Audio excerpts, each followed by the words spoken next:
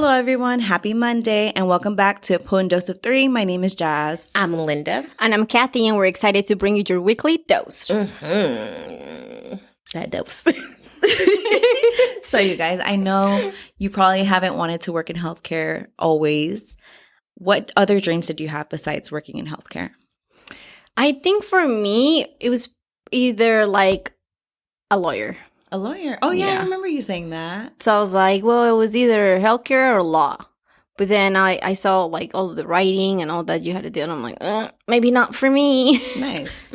Girl, you also wanted to work for the feds. Oh, she wanted to be a police officer. I was kidding. I did. I did. I could see her being a police officer. I did. Because I told my parents, I remember.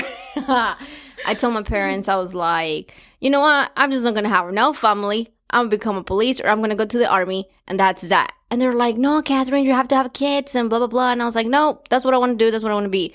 And then, I was like, literally like, that's why I was working out and training because I wanted to. But then I don't know what changed. Then I was like, I don't know what happened. But it just changed. I was like, no. You don't want to do police officer? Yeah, what changed? I don't know. I don't know if it was the whole police thing that happened here with like, Oh, okay. Mm-hmm. People not liking the police anymore. It's just like, do I want to? Do I don't? And then Oakland. Yeah. It's hard. So. It'd be really hard. That's interesting. I didn't know that. Mm-hmm. I remember. I was like, yeah, you fit the... Because Kathy always wear like a middle part in her hair, like gelled back with a little bun. I was like, look just like a police officer. I literally can see it. Yeah. So, that's what I wanted to do. Linda? Okay. For me... When I was younger. The Dixie Chicks. Girl, don't tell my business. We're definitely not the Dixie Chicks. She wanted to be a, what was it? In a band? Be rich and famous. Yeah. Yeah. I wanted to be an actor. I can't act. I wanted to be a singer. Can't sing. I wanted to be a dancer. Can't dance. So when all of that went out the window, I was like, when I got a little older and mature, I was like, being a stay-at-home trophy wife sounds very much so nice to me. I mean, that does sound nice, but... So, yeah. That was it. Yeah, that's it. That is true. The actress, she definitely did. You guys definitely tried. We tried a lot. They tried. I could see it as a singer. Like casting stuff, and didn't you guys Ellie was like more into like her dad was actually taking her to auditions, but Ellie and we would do like skits and stuff on the side. Like if we would have kept up with it, we probably would have been very known right now because we were doing like skits and stuff before skits and everything was a thing on like Instagram or social media. So if you guys have ever came across a funny video back in the day, like in 2007, disregard it because we posted on YouTube before. I don't know where those videos are. Are they still there? They're somewhere out there. No. I don't know. We're called DDC. I'm not going to say what it stands for because I had cut you off a little bit, so they had to put two and two together. Gotcha. But yeah, we were called DDC. I guess other thing than healthcare. I honestly don't. I just want to travel and like live life and not work, like I said. Trophy wife. Being a trophy wife. But that, requires me to look a certain way. I'm just kidding. She wanted that black MasterCard. For real. So anyone's out there, I'm here. And single. She's single. Yeah, she is. And for me, I wanted to be a translator, like a official translator. Oh, really? I did not know that. Because I like languages. Like, I think it's really beautiful to speak different languages. I mean, I only know Spanish and French and English, but I want to learn more. Like, I want to learn ASL. I want to learn Portuguese. I think it's really cool to be able to communicate with people of different backgrounds. And I don't know. I thought it would be a cool way to like just when I did travel to be independent and navigate myself and not have to depend on anyone else. That's awesome. Awesome. Yeah, I thought that was pretty cool. Because I know for me, like, when I just got back from the Dominican Republic, I was like, dang, I wish I knew how to speak Spanish. So it's amazing when people can speak multiple languages. So amazing, I was like, why? I know. Every time I see someone that can speak multiple languages, like tons, I'm like, oh my gosh, I wish I was you. Same. So that's like in the future. Like you can get paid for that. You can get paid for it. And for me, like I'm going to put my kids in like school, like bilingual schools where they learn a different language because it's like there's no way you should only learn like know one language. Yeah, no, and like that's how other countries do it. Like they require them to know multiple languages. Like I had like there was like foreign exchange students from Germany, and they would speak 5 languages because they teach them Spanish, French, all these other languages, English. Yeah, see. I'm like, that's beautiful. I'm going to be that one mom looking at the curriculum like, okay, what are you offering here? Because if I'm paying for it, you better be offering get something. the best services. Like, no, and you should. Get the you best should. services. Yeah. And all jokes aside, I know I was joking saying I want to be a, trophy wife. I wouldn't mind. But I can also see myself, I guess it was never a career. It's just like now that I'm older, I'm like, I'm really good at like, not like engineering stuff, but like editing, You like are. social media stuff. Yes, so I'm like, she I is. can see myself doing it. It takes a lot of time, but I noticed that I'm like really good with just editing, putting clips and videos together, having the eye. Because even as an undergrad, like I said, growing up with me and Ellie, we used to do skits. I was the one like editing the videos, putting them together, coming up with like some I themes didn't know and that. everything. So you've been doing that for a minute. For a then. minute. Oh. In undergrad, like I was always the one taking on the role of like, let me do the editing of the video and put everything together. So I'm like, I can see myself doing stuff like that. Yeah, as no, well. that seems like a cool job too. Yeah. Yeah. It takes a lot of time. But yeah. But you're really good at it. Yeah, so I'm like, I can see myself doing that. I was just wondering, I thought it would be a really cool way for the listeners to get to know a little bit more about ourselves and kind of what passions we've had growing up, you know? Yeah, see, interesting. Well, anyways, let's get into our topic today, which is... So I guess, sorry. This episode, we're going to focus on, other careers other than like working in a hospital. So like, I'm a nurse, Kathy's a nurse, and Jasmine, she's going to be a doctor. And a lot of the times I feel like a lot of people think you have to work bedside, you have to work in a hospital. And it's like, not everyone wants to work in a hospital. So in this episode, we're going to just give other opportunities that do exist out there and just give you a little bit more perspective on what being a healthcare provider can look like. Yeah, that's not typically like bedside. So let's get into it. Let's go. Okay, so I mentioned this in passing a few times in like older episodes. I honestly don't see myself working bedside nursing, and I give props to all the nurses that's in the hospital right now because it takes a lot to work bedside and to just have that positive, not even positive mindset. It's just it takes It's a hard. lot. It's emotionally hard. draining. Yeah. It's hard. Sometimes it's a hard job. Yeah. I see it. They look stressed out. Very stressed. And for me, it's more so like I don't want to work bedside nursing because in hospitals, like sometimes I get like even anxious about even going to the hospital because like the trauma that I had, being in the hospital when my mom was sick. So I was like, hospitals are not for me. Like I can see myself always being on edge, always having a panic attack.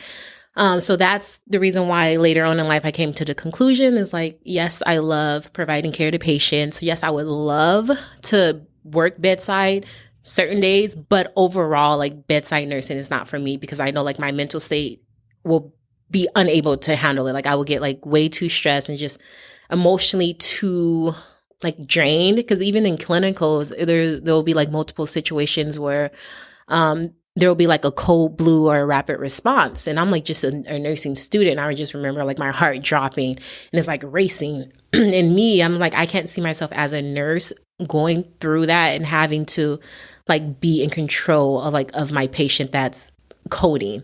I'm like, I may end up passing out. They may have to like call a code on me or something. And I know they say like, over time you get adjusted. But for me, I feel like that's something that I don't want to get adjusted to. I know that It's sounds just something weird. you don't want to do. I don't want to do. Okay, yeah. So bedside nursing is not for me. No, it makes sense because like similar to you, I have kind of that, like when I see the code blues or when I see the codes, it's not normal. Like it's just not normal. You do look and you're like, okay, it's go time. And the pressure's not under me and I'm watching. And it is a little nerve-wracking. And I always do wonder what it would feel like when the pressure is on me. On you, yeah. And for me, the way I feel is I think in the beginning it'll be hard, but I think it's something that I do want to do. But that's the difference between you. I feel like I am scared, but I feel like eventually I'll be able to adapt and I'll enjoy it. For you, you know that that's not something you want. You know what I mean? So I understand that. Yeah, because for me, I feel like because I've always been in these settings a lot, like dealing with my mom, dealing with my godmom.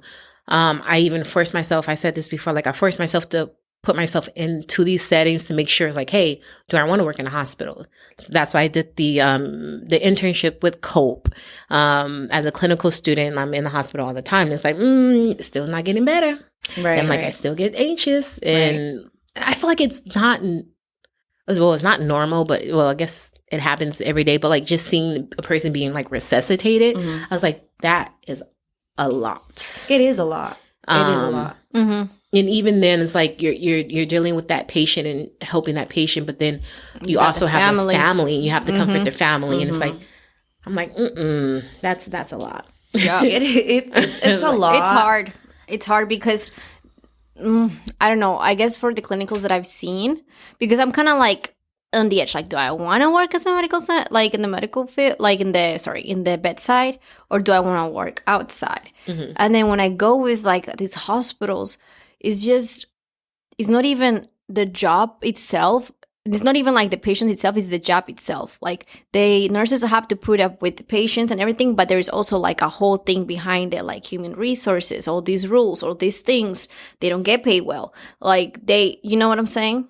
So that's why I'm like, dang, like, do I want to do that? Do I want to go through that? You're still trying to figure it out, so? Yeah, and then that's the thing, like, I was talking to Linda, I'm like, do I want to work as a registered nurse or as an NP?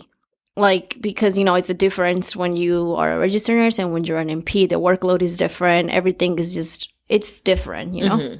So, and I'm like, do I want to get burned out? Because that's what I've seen with nurses that work in the hospital, in the bedside. They get burned out so quickly because they do so much. Dude, they're like, for me, it's like an octopus. Like, they do so many things at once and they have to do it perfect because guess what? Their license is on the line. And then when they don't have a license, nobody's going to back them up. And they have families that they have to take care of. And you know what I'm saying? So that's what I'm like thinking. I'm like, okay, because maybe before I was like, okay, I don't have a family. Like, fuck it, I lose my license. No, now I'm like, I got bills to pay. I got a kid. I got a lot of money. And then a lot of like debt in time. Right.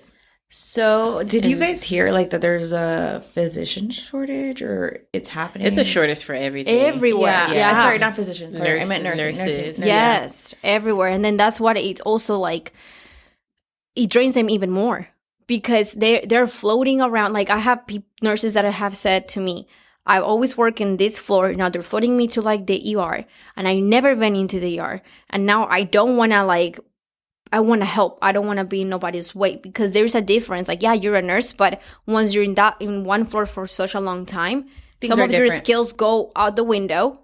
And then how you work in the ER is way different than how you work on the floor. It's different. So, but they're floating people around because there's a shortage and they don't want to pay how they used to pay because now COVID's over, but COVID damaged a lot of like healthcare workers as well, emotionally, it was just everything. And it's weird. That's why a lot of nurses that are actually placed at a hospital, they kind of feel some type of way about the traveling nurses. I still don't understand because traveling nurses get paid a lot, but nurses that's actually in that hospital get so upset. It's like because they're working their butts off, but they're paying traveling nurses way more than the actual nurses that work in that hospital. So it's kind of like dumb. Basically, it's like, why can't you just pay us more and then you don't need to get traveling nurses and you have more stability and you have like more consistency and it's very interesting. It's very interesting the route that they've chosen. I don't know why. I don't know why either, or at least pay them the same in a way. I don't get it. And for me, I used to feel bad about saying like, oh, I don't want to work bedside. I don't want to work bedside. Another thing is like, you may not have experienced this yet. Maybe I should tell my story first. For me, like I used to feel bad about saying like I don't want to work bedside because I feel like that's been ingrained in us. Like even through nursing school, like we're taught more so bedside nursing, but there's so many other careers out there that you don't have to work bedside. So it's like, why are these programs just teaching how to work bedside? So anyways, I used to feel bad about saying like, I don't want to work bedside, but I got to the point where it's like, I would rather, like my goal as an NP, because I want to be a nurse practitioner, my goal as an NP, which is in primary care, is to help my patient and manage their care before they get bad and before they get admitted into the hospital. So that's my overall goal when I become an NP, is like treat my patients the way that they need to be treated, give them like a perfect, like not perfect, but like a great care plan, so they don't have to go into the hospital, so they don't have to deal with all these other health problems that should have been addressed in primary care. I'm not gonna lie.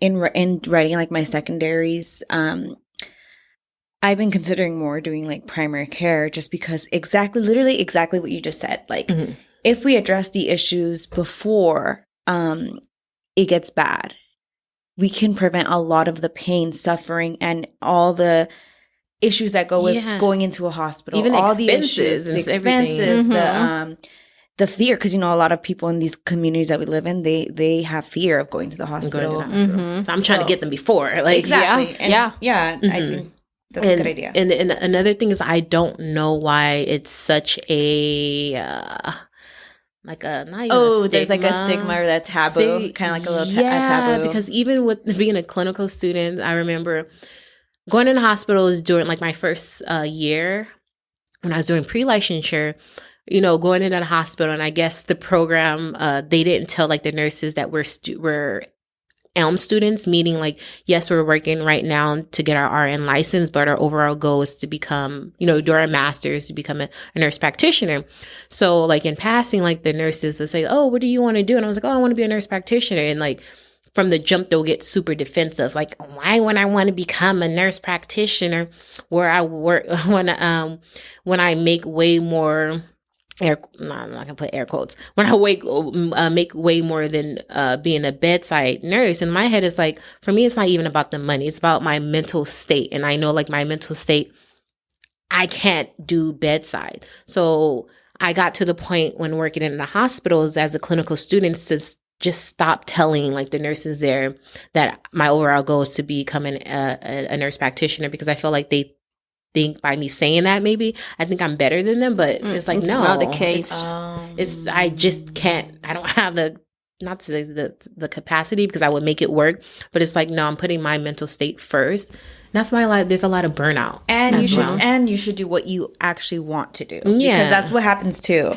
Is people will pursue a career just because that's what they feel will make them the most money, or for the wrong reasons. Yeah, for the wrong reasons. And if this is what you think is going to best suit you, that's what you need to do. Mm-hmm. Yeah. So I was like, why are y'all bringing up money? Because it depends on, first of all, like where, like what you do as an NP and everything. What you do, where you do it. Yeah. Mm-hmm. Yeah. So I was like, woman, calm down. She was getting hot and fired. I was like, well, I'm looking at her like, girl, you crazy? I'm not saying any of this. I'm just a baby. For real. Why would I spend more money to go back to school? I was like, okay, we're not talking about you. I was telling you what I'm doing, but okay, go on. So during research, what have we found so far about non-bedside careers? So I found something very interesting, which was at military nursing. So these are nurses that just go with the military and they travel with them and take care of them. And the military pays their student debt. And I was like, it caught my attention because, girl, I'm in debt. It's expensive. Okay. So, yeah. I found a very interesting one as well for physicians. You can be a physician coach, meaning you coach other physicians on how to manage their careers, how to deal with stress, or how to set their goals, and just how to really manage that career. And I was like, wow, I didn't even know that existed. Yeah, this is the first time I heard of it. I know, same. Yeah, like I'm saying, there's a lot of stuff out there we don't know. I'm not gonna lie. I was like, I don't know. I don't know like about this. But I did find some interesting things. Mm-hmm. And I feel like, you can work sometime in the hospital, but like there's more out. Like you can always transition when you feel yourself getting burnt out. Do both. You can do both. You definitely can do both. Yeah. So for me, what I'm looking into, it's like, yes, I want to work as an NP, open up my own practice, and I also want to do aesthetic nursing and cosmetic nursing. And that, literally like what it says. It's like I can work in, and this works as an RN. You can do this as an NP. When you're an NP, you can actually open up your own like med spas and your clinics and everything, where you can, do Botox, you can do hair removal. There's like hydration clinics, there's vitamin spas. You can work in a plastic surgery office, you can work in a dermatology office. So there's a lot to do within that scope. Yeah. They have, so it was interesting because in Colombia, there is school nurses, but I've never, ever heard of school nurses here in the United States until like until Linda told me about it. And I was like, what? They have nurses at school? I didn't know. Yeah, they're supposed to. Because in every school that I've been, I'm like, oh, my stomach hurts. They don't tell me like, go to the nurse. They're like, okay, we'll just call your mom. Yeah, or just go to the office and then whoever's there. Mind you, we paid to go to these schools, and they didn't have a freaking nurse on at the school. But yeah, carry on. So, yeah, that which is fun. Well, for me, because that's something that I might get into once I become an RN, since I want to when I want to work with kids when I become an NP. So with school nurses, you treat the kids, and then you get to learn how to talk to certain ages, and that's gonna help you in the long run if you're interested in pediatrics. Mm-hmm. And what I really like about school nurses too is that, you work with all ages. You can work elementary school, middle school, high schoolers, and college students. And what I really love is that it's like it's school hours. So you can have your own personal life too when school is out. You're not working 12-hour shifts. You're not working graveyard shifts. It's like, no, you're working when there's school is in session. So you'll still have like a social life for yourself. So that's what I really like. Yeah, that also, and then you're also like when kids on the vacations, and you're on vacations, which is great. Well. So you're like, you have a social life. Because that's what I need in my life. And then you also like, you help the kids when they're sick, but you also educate them about like health topics, which is pretty like, and which awesome, is needed. Which is needed. Yep. Yeah, it's needed. So you could also do locum tenens, and this was the first time I heard about it. I was like, what is that? Locum tenens physicians are, I think, very similar to traveling nurses, where they fill vacancies and temporary bases, or temporary spots at hospitals or healthcare facilities around the country. So you're not working there always. It's just like kind of like how traveling nurses do. I think they have like a contract for a certain period of time. Yeah, and that's the same case with NPs. Nurse practitioners can do the same thing with doing a locum tenens. And like Jasmine says, you're contracted to fill that need when someone's out. So it's similar to a traveling nurse, but you can do it as an NP, which is amazing. And then also you get to travel for, doing locum tenens. Yep. And that sounds good to me too, because I need a job that I can be 3 months on and 10 months off. I'm just kidding. You could also, I thought this one was really interesting. You could be a medical writer, so you can publish articles and columns. You can do this independently, or you can work with like a specific company. You can do this while you could do this part-time while you're working like your actual like in a hospital or being a physician. So I thought that was pretty cool. That is cool. And then another one that I found out, which I found out with my rotations this semester, there's also like camp nurses. I never been to camp, okay? I knew that because I did camp. That's why I was hoping you guys did camp this summer. So for my PED summer rotation, I went to, maybe it was Feather River. It was like in Quincy or something. That was fun. Like, yeah, it was fun. So like, help the kids. But you have time for yourself too. Yeah.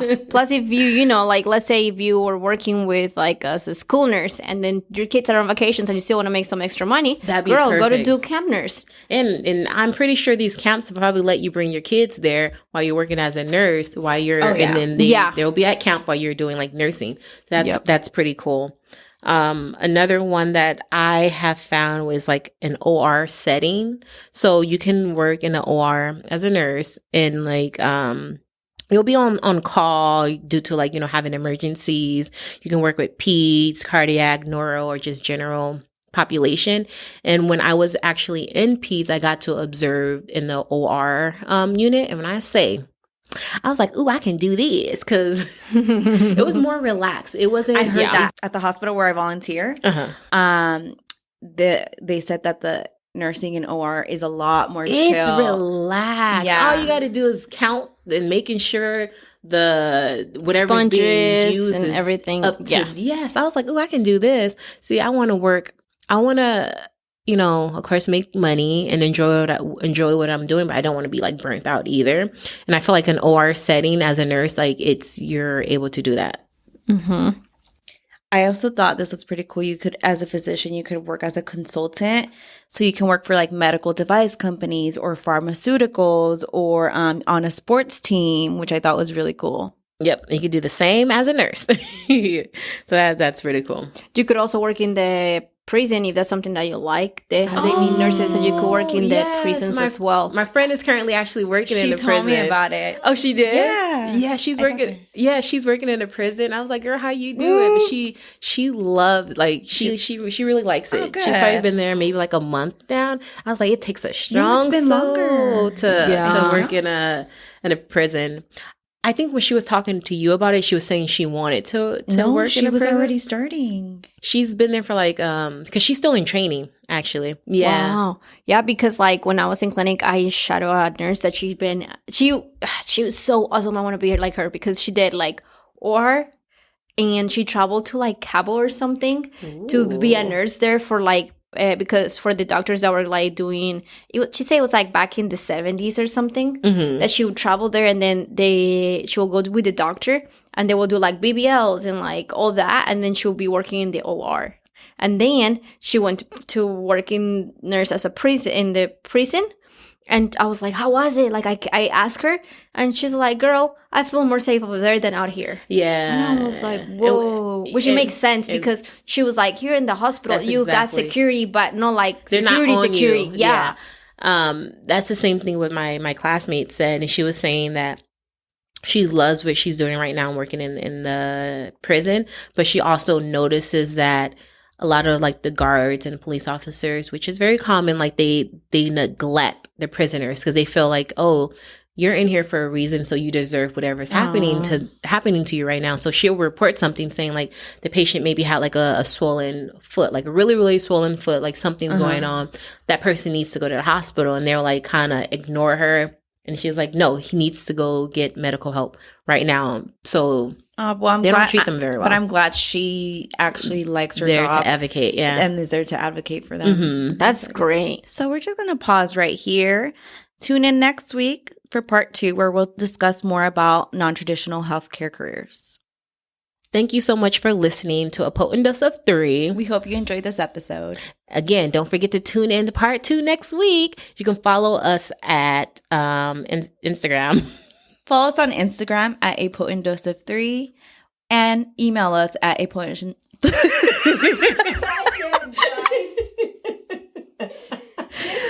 easiest part. I haven't had my coffee. For real. You guys should know where to follow us. Bye. Bye, you guys.